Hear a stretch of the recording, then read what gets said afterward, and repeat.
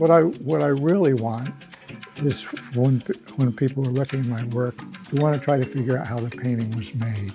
Because when they get into that mode, then they start seeing all kinds of different things that they didn't see in the beginning. I want it to be a series of unfolding events.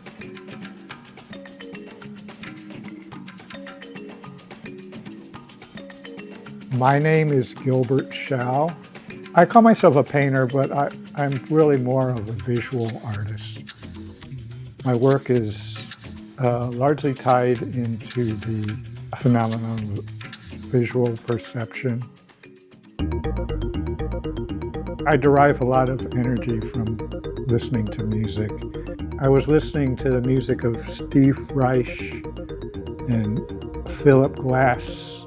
I found the music to be very, besides hypnotic, also visual.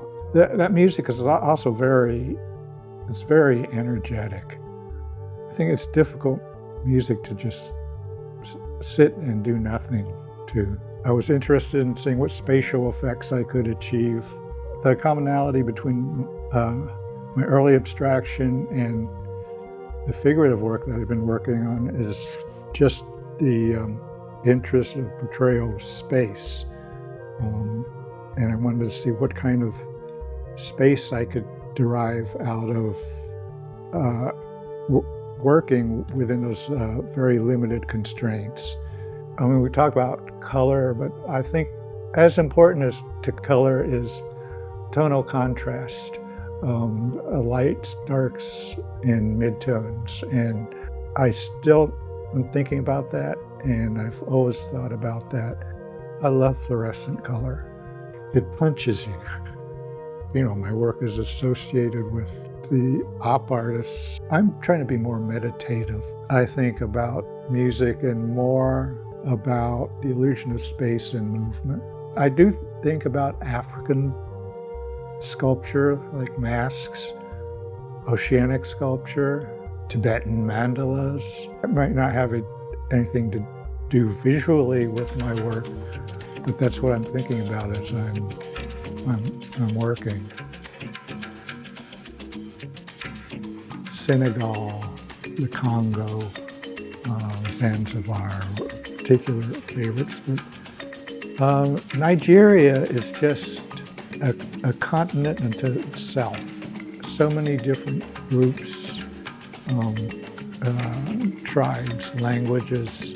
But all these people are very distinct from one another, and there's just so much of it. I want to be mesmerized. I want 15 minutes to go by like nothing.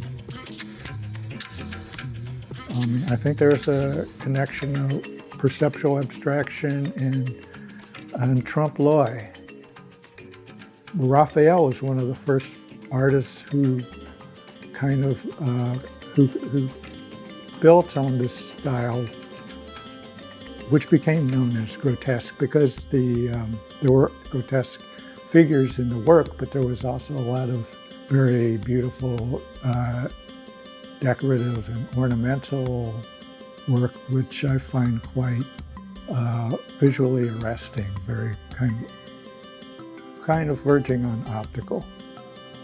I don't know, maybe I'm just speculating, but maybe it's an escape from the world. The same reason you go to a museum, I guess. Search for a new experience or a different reality. Historically speaking, looking at the great artists of the past, I think a lot of great artists didn't find the answer. A lot of them didn't live long enough to find a resolution, but what they left behind was still great. So I want the experience of seeing the work at the end. That's what keeps me going, is somehow visualizing in your head, in your mind's eye, an idea.